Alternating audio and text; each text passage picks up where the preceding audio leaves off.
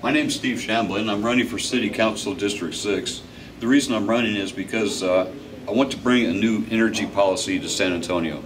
I think that our energy policy has gone wrong, and I want to change it. I want to try to help us get it back on track so that we have an energy policy that's going to bring more benefit to our city, more jobs, more for our economy, and a better way of life. I also am running because I want to do more for my community. We have so many problems that need to be fixed, but there's no conventional solutions that are working. We need to think outside the box. I'm good at that. I have a background in engineering and green energy, and I can help us solve these problems. And that's why I'm running for City Council. And a couple of years later, I started having balance problems with that. And I tried using a cane. I kept falling over, so the doctor said, get a bigger stick, so I got a bigger stick. Where do you get a stick like that? Can we get a shot of that? Online. Get a shot of that, too. You bought it online? Online, yeah. Do you have problems? What kind of a website? What kind of a website? It's a gentleman in Indiana. I can't remember his name right now, but he has a stand of trees in his backyard. When people order one, he goes out. Oh, so he makes it by order? Okay. Yes, sir. You didn't buy it off the rack? No. All right. And what do you tell him? How tall you want it to be? Or? He goes by your height. Huh. The height has something to do with where you put your hand on the stick. Now, would insurance cover something like that? Would that be considered a medically insured? I never tried to claim it. You paid it out of pocket? Yeah. I wonder if it would. I mean, it would pay for a cane or a crutch or something. I would imagine it probably would. It's been the cause of some discrimination over the years. Oh, yes, I've been refused entry to some places. In fact, down at the City Hall, I've been forced to put it aside and have somebody help me to my seat. Are they afraid you're going to use it as a weapon? Apparently so. Have you ever used it as a weapon? No. Tempted, though? No, if I have a tendency to fall over if I don't use it. So there you go. We don't have anything to worry about because if he ever waves the stick at you, he's going to fall over. Right. I don't imagine you could fly on a plane with that. I don't know. I've never tried. Okay. Yeah. Well, all right. It's interesting. It could be like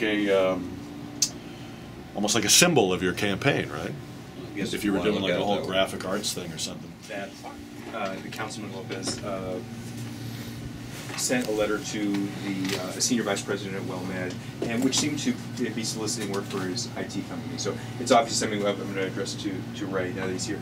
But first of all, what is your response to that, and how did you view that when that story surfaced? Well, at the time it surfaced, I wasn't planning on running for council. I didn't plan on doing that till a few days before they opened up the ballot. But when I heard about it, I was shocked for a little bit because I knew that he's a very smart person and he would know not to do something like that. And then it kind of boiled over to Jennifer, and it kind of exploded from there. And I don't know. I just what concerns you about it? The thing that concerns me about it is that it's so easy to do something like that, to be in a position where you're in between two forces and you've got to stay on a strict line, because if you make a decision one way it looks bad one way, you make a decision the other way it looks bad the other way. I don't know what I would do in a situation. I really don't. I've told him that I have no opinion about it. I want to stay out of the issue altogether, and that's about it as far as it's gone between us. Okay. Ray Lopez, welcome. Thank you for coming in.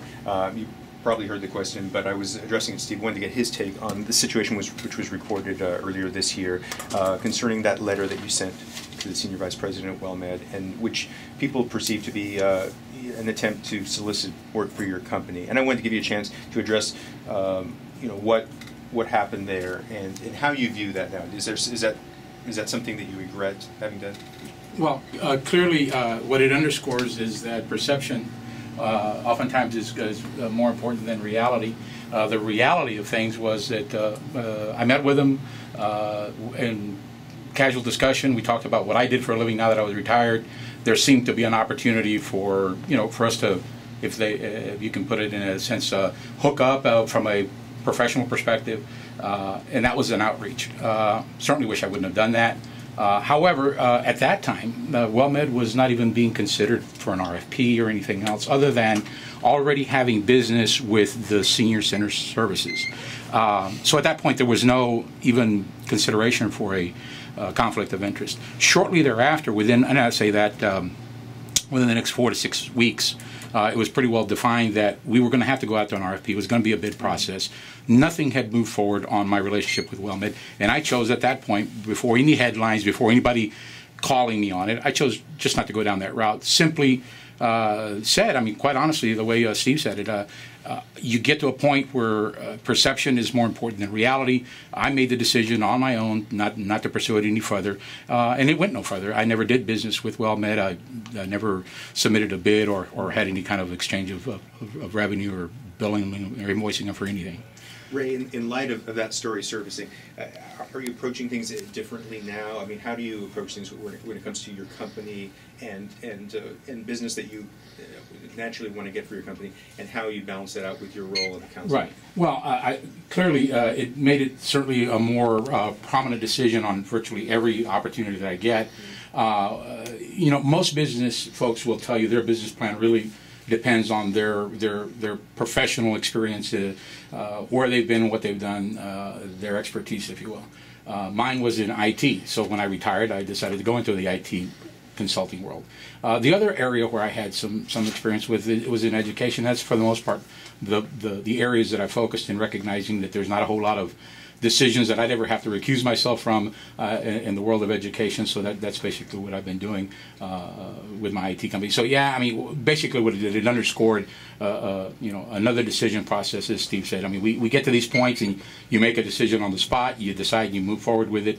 Ultimately, this one, I decided not to move forward with it, and I think it all turned out well. Unfortunately, perception is certainly more greater than reality, and oftentimes. Do you think there's a need for any additional ethics reform to deal with some of these kinds of gray areas in the city, or how do you? Well, I think there's been a lot of ethics reform, contribution reform, you know, things of that nature over the course of the last couple of years under the leadership of our current Mayor Castro. I think all that's been good. There probably could be some other definitions around when and how council should or shouldn't approach someone that does business with the city. The reality of it is most of the people that, if you're in the consulting world, whether it's an engineering company or an architectural company or a consulting company, most people do business with the city. So that would preclude most council people from doing that, having that kind of outreach. I know there was a lot of mention made of other cities that have a more restrictive approach on how council can work with other businesses. I think Austin was mentioned as one. You got to recognize too that in Austin they pay their council well over $70,000 a year. There's also some requirements that would come with a significant salary. Certainly not to start a debate on whether we ought to get paid or not, but the reality is it's different circumstances. So should we look at it? We probably ought to look at it holistically and do what's fair for the city and the taxpayers of the city of San Antonio. Thank you. Going to take a break here. We'll come back with the District 6 candidates. Councilman Ray Lopez, his challenger Steve Shamblen. But first, into the newsroom, 1124 on KTSA. With KTSA headlines.